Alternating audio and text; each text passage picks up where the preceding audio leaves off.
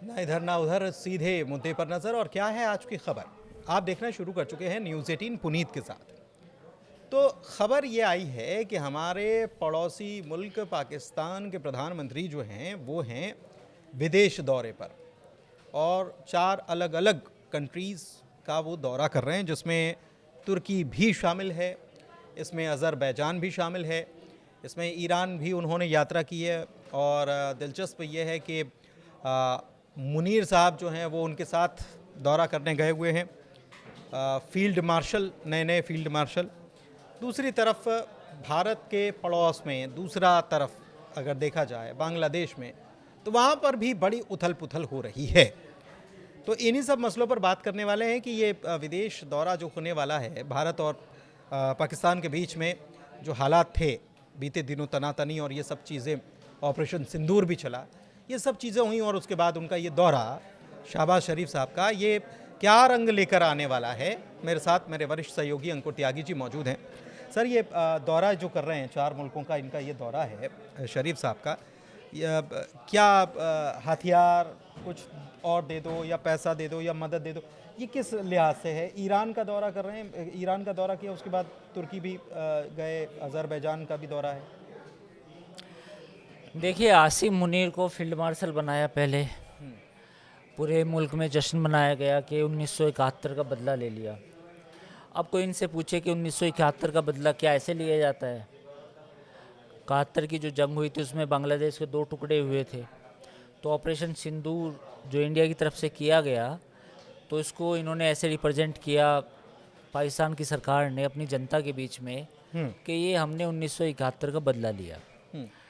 अब जो भी 3 दिन की ये लड़ाई चली, उसमें कुछ ऐसे मुल्क थे जिन्होंने पाकिस्तान को सपोर्ट किया। उसमें तुर्की था, अज़रबैजान था, उसमें 1-2 और कंट्रीज़ थे, मलेशिया का बयान आया था, चाइना का तो चाइना तो सीधे इन्वॉल्व था ही, चाइना तो हथियार दिए थे।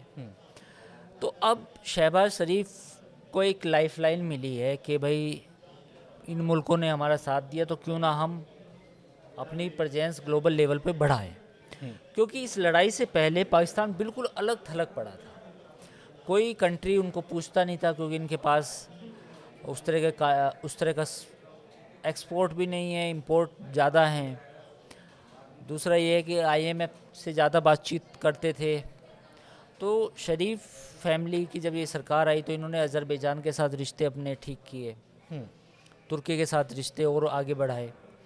तो ये जो अभी 4 कंट्रीज़ का जो दौरा है, ईरान, तजाकिस्तान, अज़रबैजान, तुर्की, इस पर शहबाज शरीफ गए हैं। तो इसमें तुर्की के साथ जो डील है वो इस बात को लेके है कि आप हमें अपना डिफेंस सिस्टम दें, air defence system. Air defence system, क्योंकि जो चाइनीज़ एयर डिफेंस सिस्टम था वो कहीं ना कहीं फेल हुआ है, ये इन्होंने रिकॉग्नाइज़ किया है। अब तुर्की से कैसे लें, चीन नाराज़ ना हो जाए, ये भी एक बड़ा सवाल है।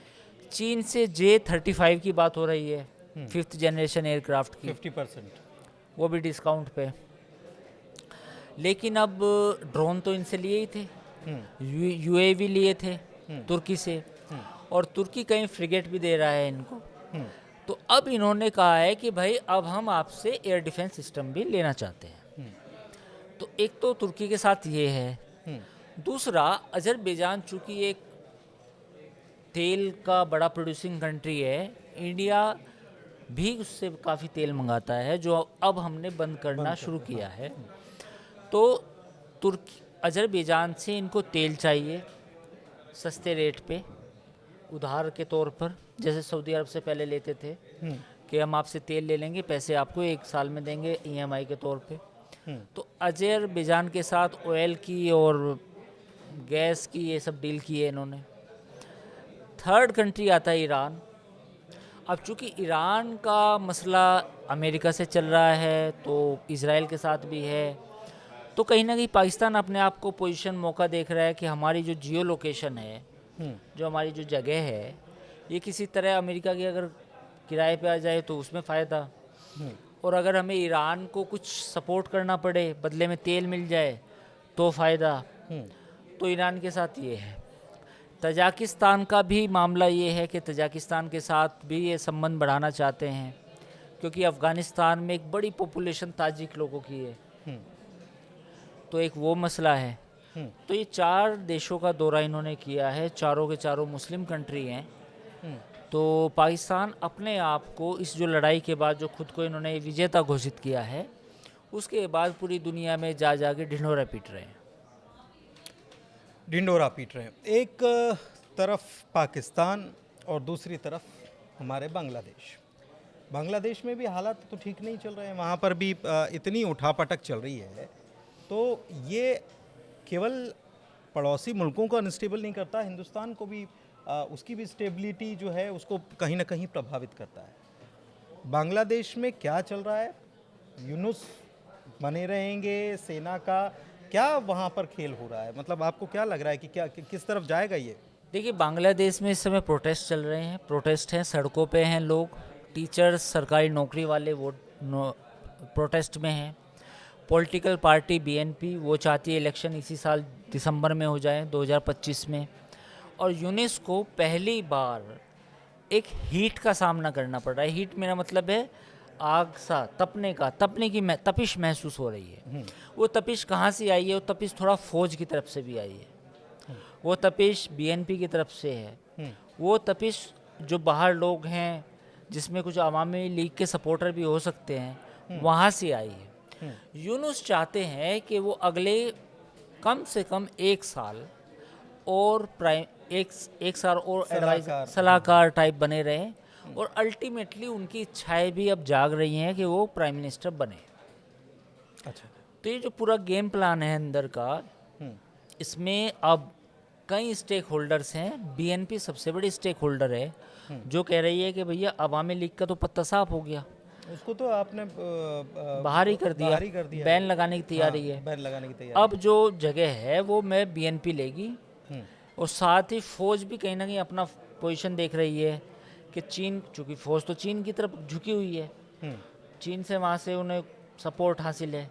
तो अभी कहीं ना कहीं फौज को भी लग रहा है कि भाई ये यूनुस जो है कहीं भस्मासुर साबित ना हो जाए, तो इसलिए वहाँ ये अंदर खाने अव्यवस्था आ गई है। अच्छा, शेख हसीना जो है वो कह रही हैं कि ये तो पपेट है, और फिर वो वेस्ट की तरफ इशारा भी कर रही हैं कि वहाँ से भी लोग नचा रहे हैं।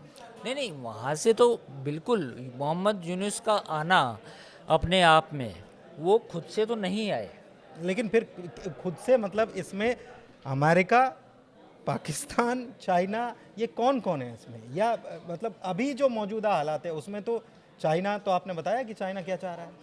देखिए इसमें देखिए, अगर यूनिस का सपोर्ट देखें तो पूरा सपोर्ट तो उनको वेस्ट का ही है, खासतौर पर अमेरिका का।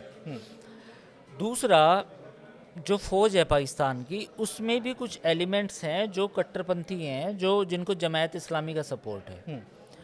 फौज के जो फिलहाल जो मौजूदा जनरल है, जनरल जमान जो हैं, उनको वो चीन की तरफ झुके हुए हैं। और बीएनपी जो है, बीएनपी चाहती है इलेक्शन हो जाए ताकि उसकी सरकार बन जाए। तो ये सब लोग अपने अपनी शतरंज के ऐसे मोहरे चल रहे हैं। अब इसमें गेम क्या होने वाला है?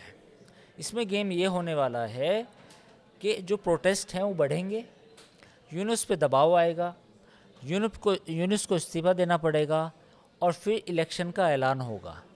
और इलेक्शन के ऐलान से पहले जो इस बात के चांसेस हैं कि अगर अवामी लीग पर बैन लगता है तो बीएनपी की हुकूमत बनेगी।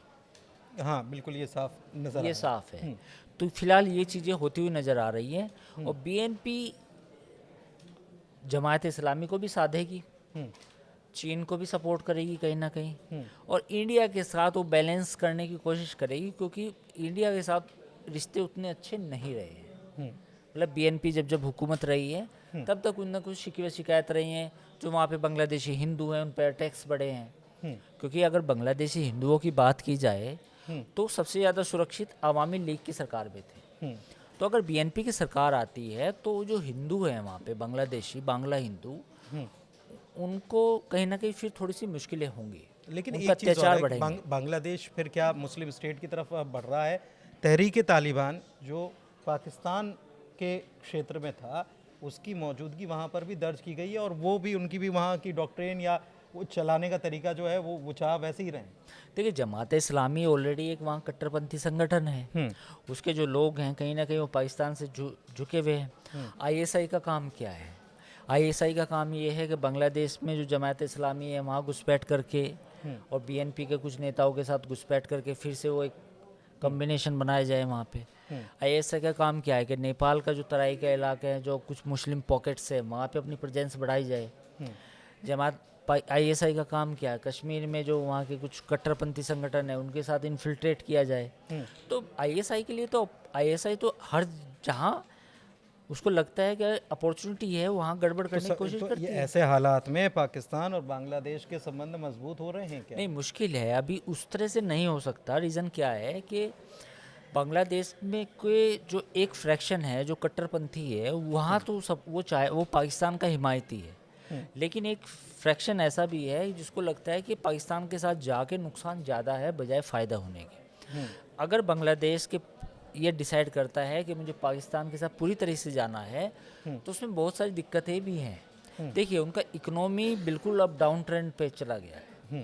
पहले जहाँ 1.5-2 साल पहले वो काफ़ी तेज़ी से ग्रो कर रहा था, अच्छा बूम कर रहा था, वो अब कहीं ना कहीं स्लो होने लगा है। बेरोजगारी बढ़ रही है, लोगों के पास फ्रस्ट्रेशन है, तो फैक्ट्रीज जा रही है वहाँ पर। हाँ, तो अगर पाकिस्तान के साथ जाते हैं तो उन्हें प्रॉब्लम हो सकती है। ठीक है, तो कुल मिलाकर हमने पड़ोसियों को भी समझा कि कौन कैसी चाल चल रहा है, वहाँ पर हालात क्या हैं, हिंदुस्तान में इसका असर क्या होता है और कितना होता है, आपको क्या लगता है? आप कमेंट करके बता सकते हैं कि भारत पर इसका क्या असर, क्योंकि जाहिर सी बात है कि पड़ोसी अगर अनस्टेबल, भले ही कैसे भी हों, लेकिन अगर वो अनस्टेबल हैं तो असर तो आपके घर में भी पड़ेगा।